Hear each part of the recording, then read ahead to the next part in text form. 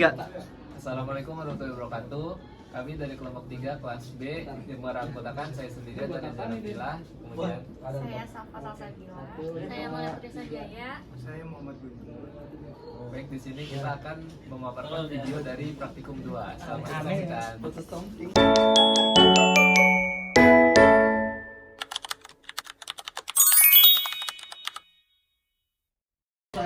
Nih, pokoknya pertama masukin dulu transistornya, terus di kolektornya terhubung ke plus, terus kolektornya terhubung ke plus. Ini, terus dikasih catu daya yang 5 volt. Nih, yang 5 volt. Nah, terus emitornya dia ke ground. Emitornya kasih ke ground.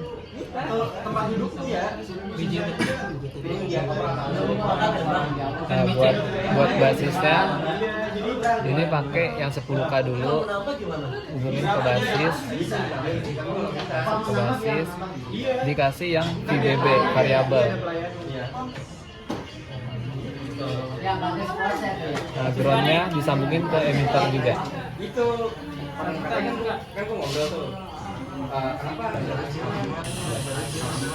Pokoknya ini VBB-nya 0, VCE-nya segitu tuh, 5,09.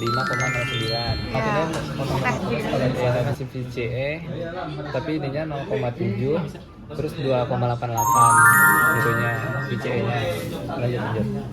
Pas dia masuk itu 0,8, ininya turun drastis cuman 169 mili. Ini masih VCE, ininya 3 volt, VBB-nya. Tuh, pengukurannya dia kecil banget, cuman 70 mV. Dah. Ini hitungnya IC. Pokoknya pas VBB-nya 0, ini dia 0 tetap ke jarumnya. Terus kalau misalnya dia dinaikin 0,5 nih. 0,5 masih mendekati 0. Tapi kalau misalnya dia udah 0,7 lewat, misal 0,8 itu dia mulai naik. 13 ya. Terus semakin besar maka semakin naik. 13.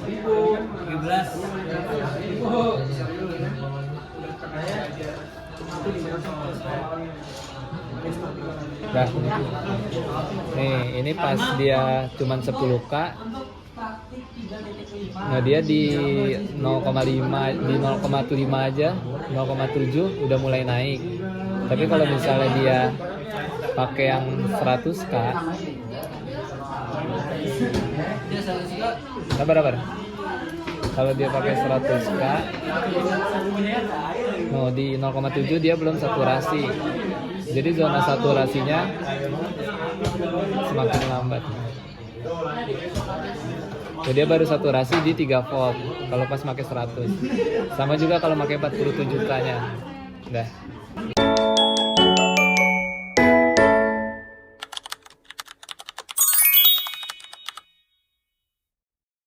Pada rangkaian kedua, kita merangkai BJT sebagai saklar elektronik atau switching untuk beban dengan frekuensi tinggi. Kita menyuntikkan sinyal dari function generator dan mengamatinya di osiloskop.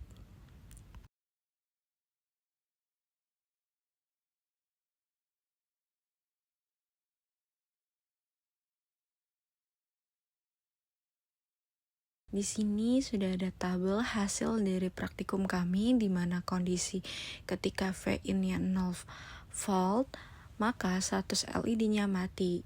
Ketika kondisi V-in-nya 5 volt, maka status LED-nya terang. Oke, selanjutnya kita melakukan sweeping frekuensi dari 1 kHz sampai 5 kHz. Hasilnya sangat memuaskan. Pada frekuensi 1 kHz, 10 kilo hingga 50 kHz, kualitas switching BJT ini terpantau sangat baik tanpa distorsi.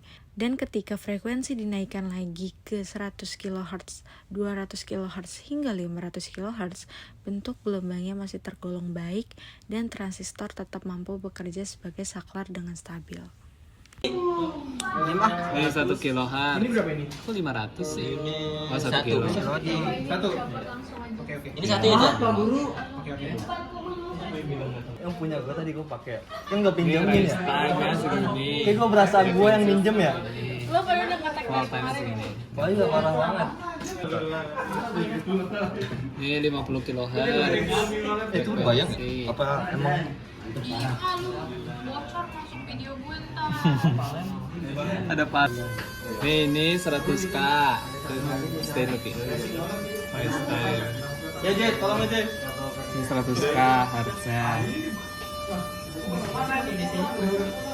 Nih, 200 kilohertz. Thank you banget dikasih tau. Pasti hilang gak ada lagi nih. 200 kilohertz.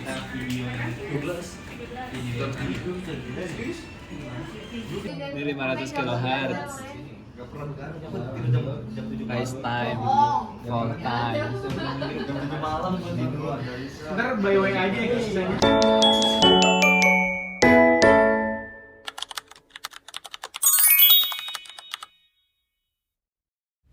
Sebagai penutup, ini adalah penemuan paling krusial dari praktikum kami.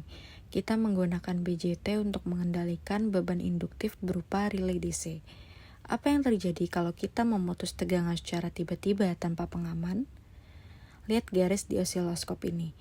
Muncul spike atau lonjakan tegangan balik yang sangat ekstrim.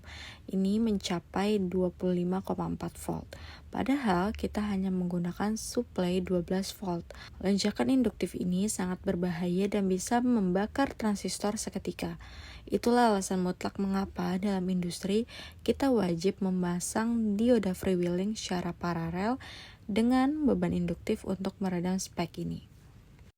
Jadi, dari praktikum ini kita bisa menyimpulkan bahwa memahami daerah kerja BJT dan pengamanannya adalah kunci utama untuk merancang sistem kendali yang handal.